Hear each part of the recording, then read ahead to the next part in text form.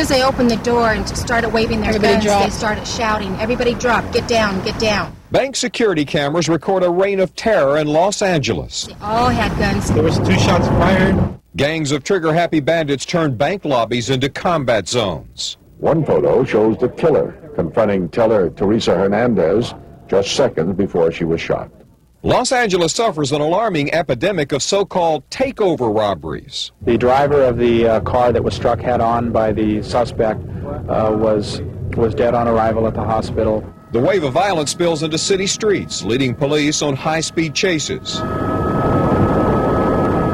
There were more than 1,100 bank robberies in Los Angeles last year, compared to nearly 150 in all of Texas, There looks like sheriffs. I can't see any CHP insignias. making L.A. the bank robbery capital of America.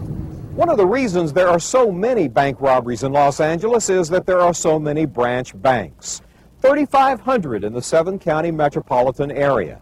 In this competitive financial industry, banks tried to make their institutions customer-friendly, and in doing so also made them bandit-friendly. This is Bill Rader with the FBI. This 30-year veteran agent fields on average 8 bank robbery calls a day at the Bureau's L.A. command post. What we see here is basically an indoor mugging, and that's what these things have evolved into. Most bank robberies used to be committed by criminals who quietly passed a note to the teller demanding money. 5 years ago, that changed. They then pulled out 3 handguns and a machine gun and ordered everyone up against the wall. A group of professional robbers stole $436,000 from the takeover of a San Fernando Valley bank. The record-high loss leaked out. Teenage robbers from street gangs moved into the takeover business. If they felt that they were not getting enough money from bank drawers, perhaps the vault area or the merchant teller area, then they would begin to rob customers and perhaps bank employees personally, taking rings, jewelry, other items, wallets, pocketbooks, etc. The FBI dubbed the most notorious gang the Baby Bandits. I can't imagine anything more dangerous than a 14, 15, 16-year-old child running around a crowded bank lobby with a loaded weapon. They went in shooting to intimidate and get control. What's your last name, partner? Brown? The FBI says 26-year-old Robert Brown is the godfather of takeovers, implicated in more bank robberies than anyone else in American history. The money alone will give you an addiction the first round. Brown was an original gangster in the Rolling 60s Crips, LA's most violent gang. At 17, he started a 5-year bank robbery spree. 3 years ago, he pleaded guilty to 5 federal charges of conspiracy to commit bank robbery. Now he's here in Estelle, South Carolina at the federal prison serving a 30-year sentence. He's not scheduled to be released until the year 2019. So how much did you do? Done a lot. I've done a lot. 100, 200?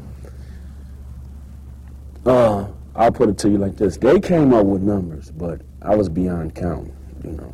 The FBI counts Brown, a.k.a. Casper, as the mastermind of at least 175 robberies.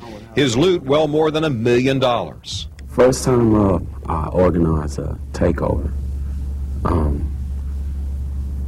couple of the guys was armed on their own intuition, and I got 100 and something, I think 112 grand, you know. So from that point, I never condemned what they wanted to go in with. The FBI says Brown regarded kids as disposable robbers, trained, armed, and used only once, while he supervised from a safe distance, never entering the bank. The FBI said you recruited teenagers out of the cafeteria line or out of school class. And yeah, I knew a lot of teenagers, but as far as me just sending them into banks, no. To where now, if somebody was 16 or something and maybe looked at 21, that's a different story, but I wasn't asking ages, you know what I mean? Brown's violent reputation kept his captured accomplices from talking, but in the end, some turned on him. what about young dudes that'll be watching this and saying, hey, you know, maybe I want to try this? It's all fairy tales, you know. You know, it's good for 1 minute, and then at the end, it's not. So I wouldn't advise it for nobody. I mean, kids, adults, anybody. It ain't cool. You know, robberies, period, ain't cool.